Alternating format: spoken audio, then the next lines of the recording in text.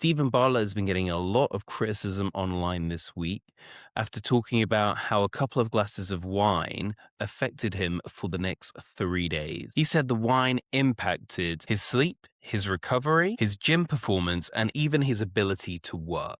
That then sparked a backlash, including from Radio 1 presenter Greg James, who argued that optimization culture is making people miserable, and TV presenter and podcaster Vogue Williams, who questioned whether constantly tracking everything means you're not actually living your life. Now, personally, I don't think either side is completely right, but I do think this whole debate shines a light on something much bigger that's happening in our culture right now. Because whether it's sleep, steps, calories, productivity, cold plunges, supplements, screen time, or our morning routine, we're living in a world that constantly tells us to optimize ourselves. And that raises a much bigger question. Are we building better lives or just better dashboards? I do think the conversation really hits a nerve because there's something very human about wanting to improve yourself. Most of us want to be healthier, have more energy. We want to be fitter, more productive, be a better parent, be a better partner, a better version of ourselves. And for the first time in history, we've actually got technology that can track almost all of it. We've got watches measuring our sleep, apps measuring our habits, and fitness trackers measuring our recovery. We can now effectively quantify every aspect of our lives. And that is where things start to get interesting. Because when people like Stephen Bartlett or Chris Williamson talk about optimization, they're often talking about squeezing out marginal gains, an extra 1%, an extra 2%, perfect sleep, the perfect routine, the perfect recovery score. But for most normal people,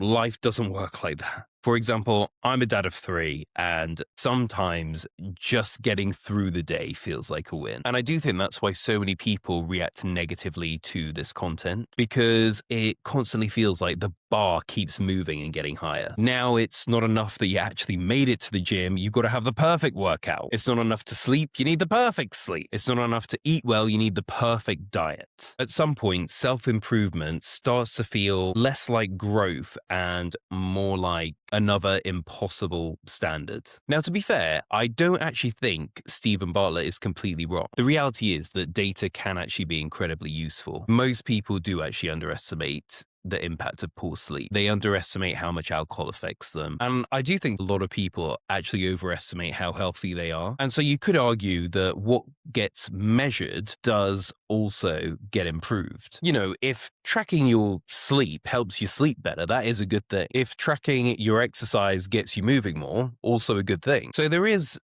value in using data to improve your life. But I think the reality is there's a lie. And the problem isn't optimization itself. The problem is when optimization becomes the goal, when every meal becomes a score, every social interaction becomes some sort of recovery penalty, and every decision really becomes a calculation. Because there is a big difference between using data to improve your life and letting data decide whether your life is actually any good. That's where I think things can become unhealthy, because life is not lived on a spreadsheet at the end of the day. And let's be honest, like, some of the best things in life do not show up on a fitness tracker. Think about some of the best moments you've ever had: a wedding, a festival, a holiday, a spontaneous weekend away, the birth of your child. Many of those would probably destroy your sleep score. They probably completely wreck your routine, but it doesn't mean that they weren't worth doing. And the reality is some of the best days of your life are probably going to score terribly on your fitness tracker. I think that the most memorable moments of your life rarely happen when you're actually trying to optimize for them. Social connection, for example, often comes from imperfect moments. And being optimal is not necessarily the same thing as actually being happy. So really the question becomes, like, where is the line? I think self-improvement is a good thing. Like, ultimately, take care of your health. You've only got one body. Get stronger, sleep better, build good habits. But don't become so focused on optimizing that